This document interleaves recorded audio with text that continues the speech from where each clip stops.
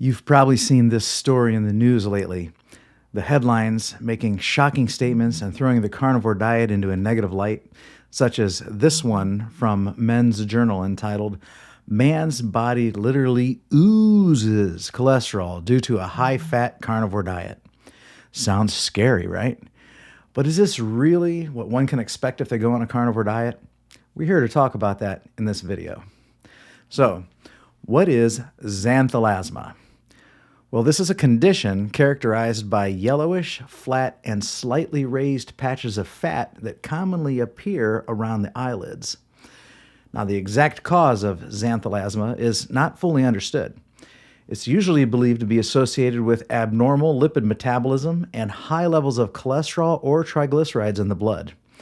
The condition is often seen in individuals with underlying conditions such as diabetes, obesity, or high blood lipid levels. However, xanthelasma can also occur in individuals with normal lipid levels. Only half of those diagnosed with xanthelasma have high cholesterol, but the other half have normal cholesterol. Therefore, some think that other causes, such as inflammation, can lead to xanthelasma. So, anyone can get this, but you are more likely to get xanthelasma if you smoke, are overweight, have high blood pressure, have diabetes, are a woman, are of Asian or Mediterranean descent, and yes, having abnormally high cholesterol or triglycerides in your blood. A doctor will usually diagnose the condition by looking at the skin around your eyes, and then he's also going to check your blood lipid markers since abnormal lipids is common in about 50% of xanthelasma cases. Now, what are these news articles and their shocking headlines trying to say? Well, they spend a lot of time condemning the carnivore diet, which is nothing new. But this time, they cling to a case report that was published in JAMA Cardiology, JAMA being the Journal of the American Medical Association. The American Medical Association being an organization that's made up of physicians, medical students, and lobbyists. The synopsis that is publicly visible on the website says the following. A man in his 40s presented with a 3-week history of asymptomatic yellowish nodules on his palms, soles, and elbows. The patient adopted a carnivore diet approximately 8 months before presentation. His dietary habits included a high intake of fats consisting of 6 to 9 pounds of cheese, sticks of butter, the additional fat incorporated into his daily hamburgers. He reported weight loss, increased energy, and improved mental clarity. Physical examination revealed multiple painless yellowish nodules on his palms and elbows. The patient's cholesterol level exceeded 1,000 milligrams per deciliter, significantly higher than his baseline level of 210 to 300. A diagnosis of xanthelasma was made.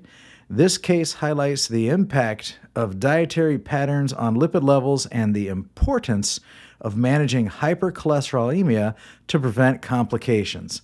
And the latter part of that is definitely true. So I did the math here. 6 to 9 pounds of cheese alone is between 12,000 and 17,000 calories per day. And that doesn't include the sticks of butter and the extra fat he put into his hamburgers. So this guy's packing away 20,000 calories a day. Now, if this is true, then I want to ask him, what on earth is the matter with you? A normal human male only needs on average maybe 2,000 to 4,000 calories a day. The case report says that even still, he lost weight. And I don't know how. I know we say that calories don't matter, but we also warn that dairy is designed by nature to fatten you up, which is why we suggest limiting dairy and treating it like a condiment only.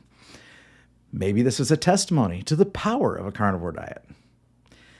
And then, for many of us, cheese is a natural constipator. If this was me, consuming 9 pounds of cheese a day, I would be bloated beyond recognition for not having crapped in months. So, needless to say, something is very fishy about this case report. On the surface, it doesn't have the ring of truth, or at least we're missing some pertinent information. And sadly, what you see on the webpage is the whole report. There's no additional information behind the paywall. Now, Nick Norwitz says that the report is implausible and an embarrassment. He writes, the fact that the patient is identified as only a man in his 40s with no other details and that his described diet couldn't possibly be real suggests that it's a propaganda piece.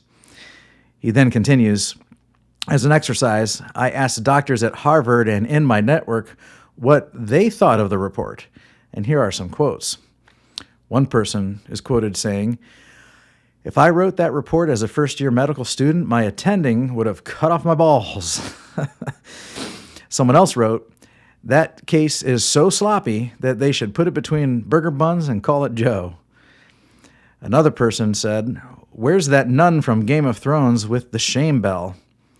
And finally, someone said, I'm no carnivore, but damn if this isn't a feather in their cap. Is this really JAMA cardiology?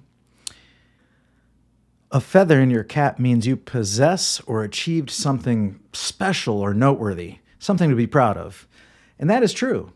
We're seeing thousands upon thousands of people benefit from a carnivore or carnivore-centric diet.